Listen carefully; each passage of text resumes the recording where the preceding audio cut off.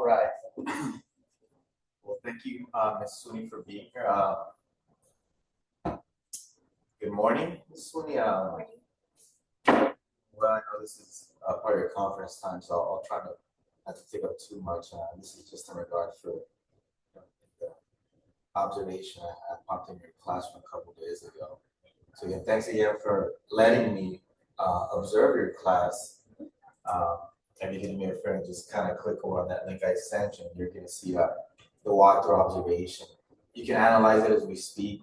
I'll be looking at it too, so that I'm not directly looking at it. I apologize ahead of time.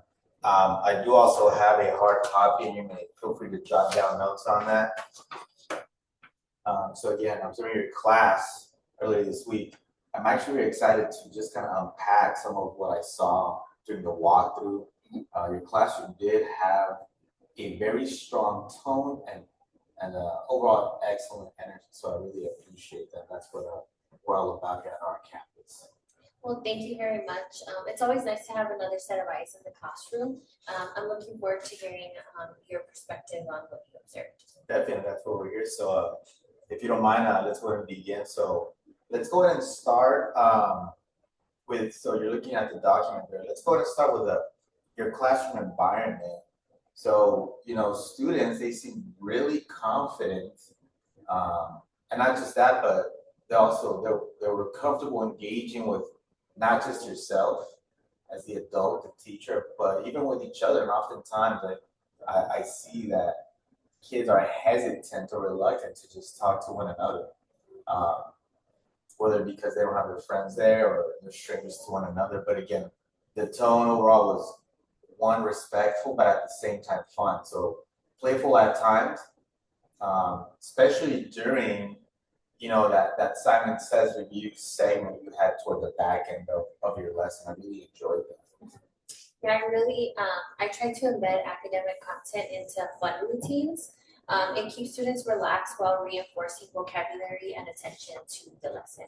Definitely, I don't disagree with you on that. So that balance it stood out well, and I also did notice very strong academic discourse. So for example, when I mentioned that, the students discussed whether the answer should be this and that, 2.8 or the square root of 8. You did facilitate the debate without even shutting it down, so that itself showed that higher level thinking skill among students. And it seemed to be to where you're working more as a facilitator than just a teacher, killing and drilling.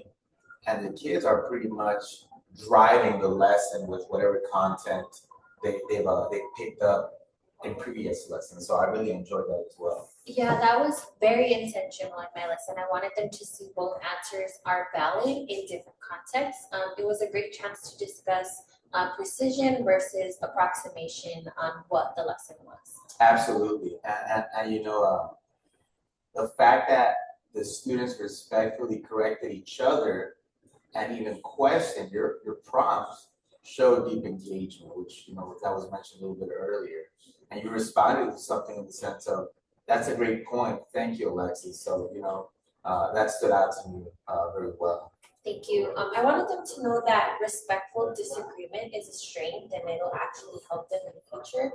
We built that more early on in the year. Good. I was impressed by your questioning style for one. So I did make that a note here, as you can see on the document. Again, they're on your screen. I shared that PDF I mentioned earlier. Instead of just kind of saying or asking yes and no questions, you often ask those open-ended questions, which kind of lead to the higher order thinking skills, which we call the HOTS. Again, one of them one of those questions I kind of jotted down is, which solution fits the situation better? That definitely invited that thinking level for the students. Yes, I've been trying to layer my questions. Start with retrieval, then move to reasoning and justification. Awesome. As I walked in, number one thing, and you probably know this already, is as a great educator you are, your posted objective was clear, And not just that, but student friendly. Oftentimes there's a lot of gibberish and extended vocabulary that kids don't understand, but it said something around the lines of solving real world problems using quadratic equations. So students definitely refer to it even during independent work study. And I that was very noticeable. Yeah, I always try and make sure that they know the why behind each task that we do. It helps with focus and reflection and better understanding of what we're doing. Definitely. Another part here on a couple of the strong points was that strong element where students will self-monitor.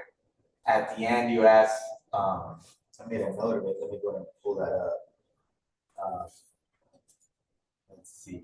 At the end, you asked, did we meet our objective? And most students nodded or said yes with confidence, which was really impressive. Not a lot of reluctance here, right? Yeah, that's become a daily habit in our classroom. They know we'll revisit the goal and discuss whether we met it or not. All right, great. So far, you got any questions for me, let me know. But in the meantime, I'd like to shift to your developmental level. And again, this is all based on, Texas Documentation Handbook, which, us administrators use virtually day in and day out. Great resource. And I'll let you know now.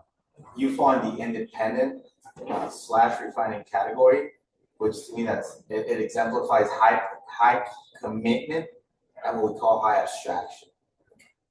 Well, that resonates. I feel confident in my instruction, but I'm always looking for areas to push further and to get better at. Great. So with that being said, as where you stand, I really enjoyed the use of visuals, structured routines, which there's a lack of oftentimes, and you can just tell that kind of sets a tone of culture, alongside with just having that lesson of meeting objectives, and then you even included sentence stems that showed a very deep awareness of how your students' learning needs are met, especially those that fall under the special education umbrella or the coded as, and your ELs, which are English language learners. So that showed that those accommodations, which speaks highly of what you're considering, not just one specific population, but it's all inclusive.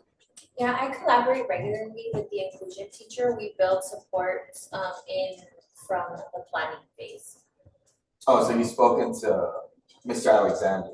Yes. He's a great inclusion teacher. I actually just sat with him and our campus teaching coach, Mr. Jacobs, and two outstanding gentlemen here at our campus. Also, I noted on here, the types of uses. We're kind of, I don't want to say checking boxes out, but the technology innovation portion that you see there, that use of tech pretty much enhanced instruction and rather distracted the students. The way that students were documenting their table values and and their technology and utilization of calculators, that was highly effective. And again, it wasn't much of a distraction like oftentimes it tends to be in other classrooms. Yeah, I focus on tools that let them create and also reflect, not just click or consume. Okay. So as we're looking here, the written portion, let's go ahead and talk about feedback. One area for growth I feel might be adding structured peer dialogue. Just kind of having those students justify their thinking.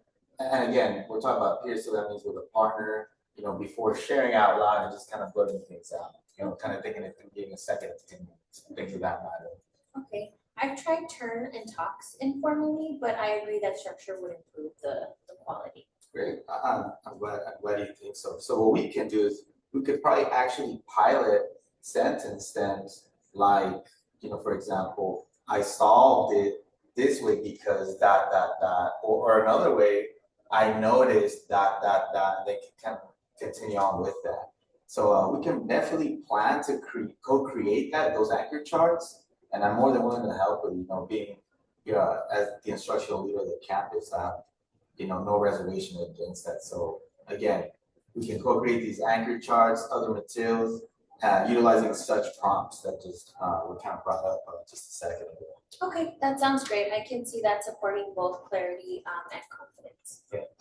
Another idea I jotted down is look over peer feedback rubrics. I know they're young, but again, we could kind of simplify it to them. But again, even simple ones like Glow and Grow tools help students just kind of support one another constructively.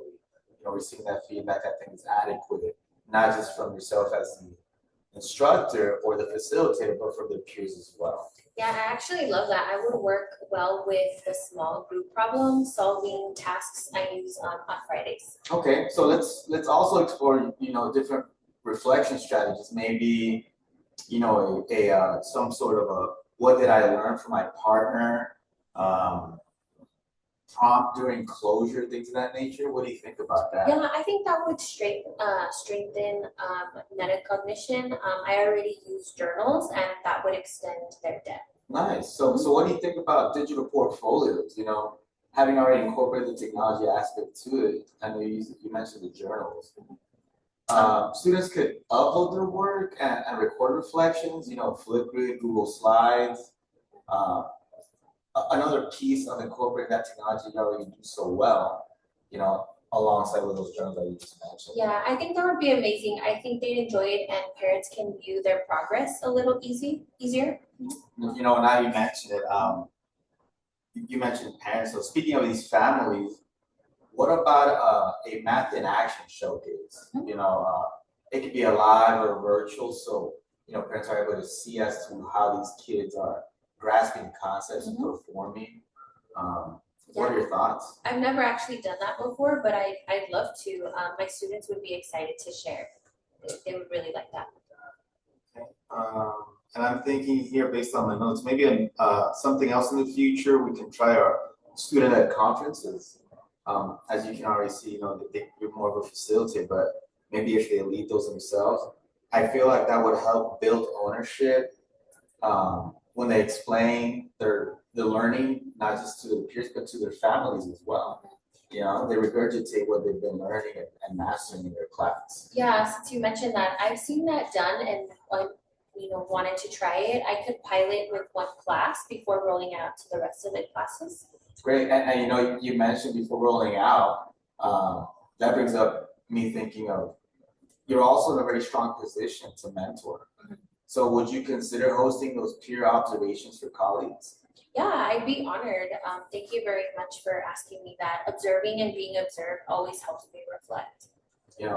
Going back, if we are co-planning next Thursday, I'll bring some sample stands, some rubrics that we talked about earlier.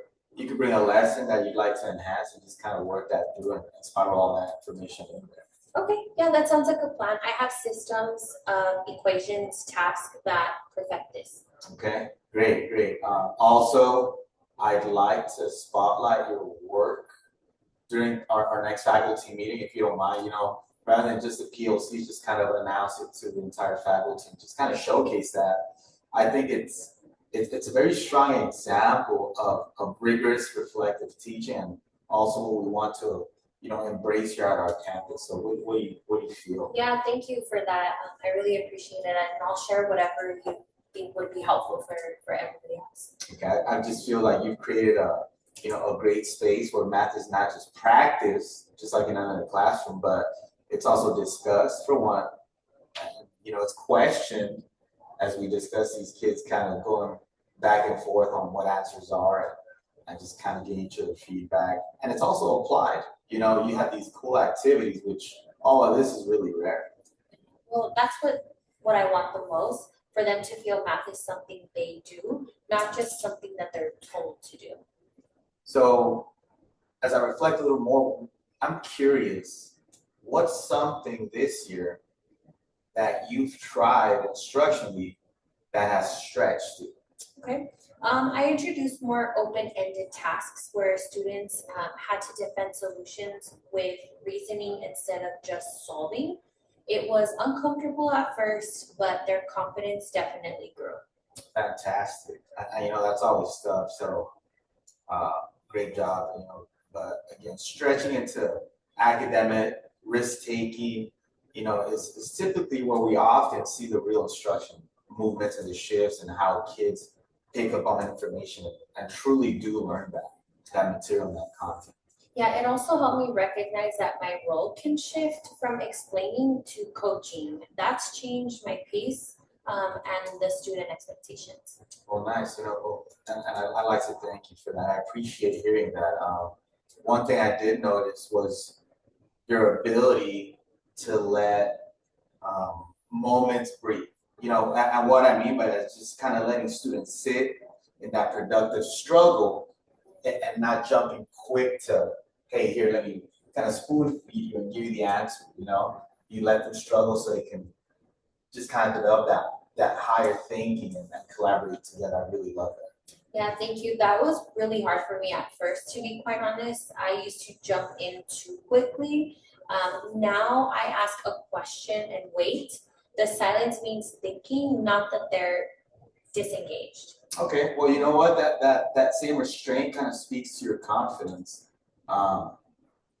Excuse me. You gave space for one student to struggle with, I believe it was exponent vocabulary. I jotted it down here. And instead of correcting that student, you asked, let's see, who can help explain? And that built that sense of community, which I enjoyed. Yeah, thank you. I try and show that not knowing is just a step toward knowing. That's how we learn together. Okay, great. And again, another shift I did see in your classroom is, which I love, because I'm a bi with students and teachers, faculty, was student autonomy. Just the way that they built the table on the board with cumulative distances, using 16, 48, and 80. It was just self-driven, kind of kids arguing, breaking back and forth as to, no, this is right, this is wrong. And in the end, they kind of came, I guess, together and they guided each other. So again, more of the facilitator than the instructor, and that was great to see. Yeah, that task is designed to lead them to discovery. I gave the scenario and they organize the information together. It's structured independence. So looking at that here, have you considered incorporating, say, student-centered or student-created problems, so rather than having them, have them invent a kind of like a cliff drop scenario and solve it? It could be kind of powerful and just those kids just kind of have that ownership, I guess. Yeah, I've never tried that, but I'd love to. I mean, I'm completely open to it. It would require them to think about structure, not just plugging in numbers. I agree, and just kind of mentioning that as we head to this next semester, would you be interested in leading our planning session or our PLC session on building this sort of mathematical discourse and kind of breaking it down for our teachers, for our math department? Yeah, I would definitely love that. I've learned so much from experimenting with discourse routines, and I'd be happy to share and help in that manner. And just to reassure you and make you feel comfortable, I feel that's great. So we could, not just you and I, and amongst other peers and teachers, we could probably co-facilitate and bring in some examples or sample of sense and stands, peer protocols, and maybe some student artifacts, some of the works that they have done in your classroom. Yeah, that sounds really exciting, to be honest. I have exit slips and journals we could highlight. Okay, so now you mentioned those journals, and we did talk about integrating that technology component. How often do you use them for reflection in your class? Once or twice a week. Usually on Fridays, students respond to prompts like, what challenged you, or what are you proud of? Okay. And you know what, I feel like that's such a great tool for just metacognition and just kind of reaching in there and thinking deeply on. So let's look at how we can, I guess, turn some of that reflection into a portfolio content. Yeah, I think students would take pride in that. If they knew it would be part of a presentation or a conference, they take it even more serious. Okay, so conference-wise, that brings us back to the student-led conferences. Do you think your students could handle it now, or would you scaffold a little bit more? I'd start small, maybe with a script or some sort of a template. Over time, I release more responsibility to them. Okay, Mhm. all right. No big issue, but I have one last big idea. Mhm. How about incorporating more interdisciplinary opportunities? So, your Cliff Drop task ties in, and your content is math, but it ties in with other content such as science, English language arts, social studies, and instead of just keeping it solely to the math component, again, we make it interdisciplinary where they're all tied in and kind of build a big lesson off of these other objectives and other disciplines. What do you think? Yeah, I think that would be great. We could collaborate on motion study in science or have them write technical explanations in ELA. I'd be excited to try it. Great. So, I could definitely reach out to Mr. Cortez in our science department, Mr. Delgado in ELA, and, we can start brainstorming just a small joint project.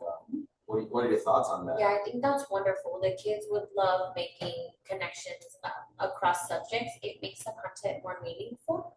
I agree. And, just interdisciplinary objectives, we're kind of hitting where we're going. And just that metacognition and just everything we've talked about, the collaboration, the independence, the autonomy, technology integration. But so before we actually wrap up, and I don't want to keep you much longer, I want to thank you again. Your practice is reflective, rigorous, and it's really deeply student-centered. It's not teacher-centered where it's just kill and drill, take your notes, do a worksheet. Again, we've talked about different components, technology.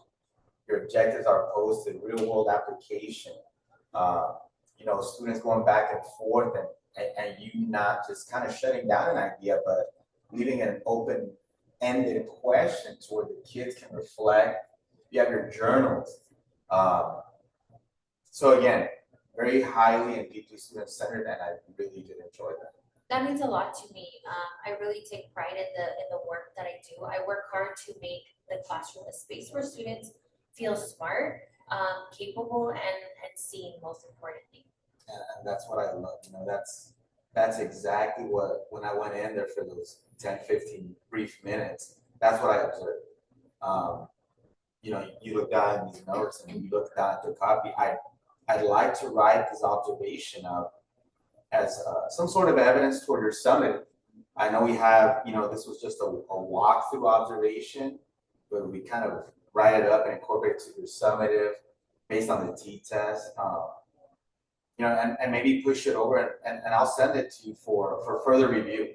I know right now you have the walkthrough form, very brief, short, but again, if I give you more detail and enhance, you can review and kind of revisit on that. What do you think? Yeah, I think that's perfect. Thank you for being so thorough. I really appreciate it. This kind of conversation is what keeps me growing and going, if you will.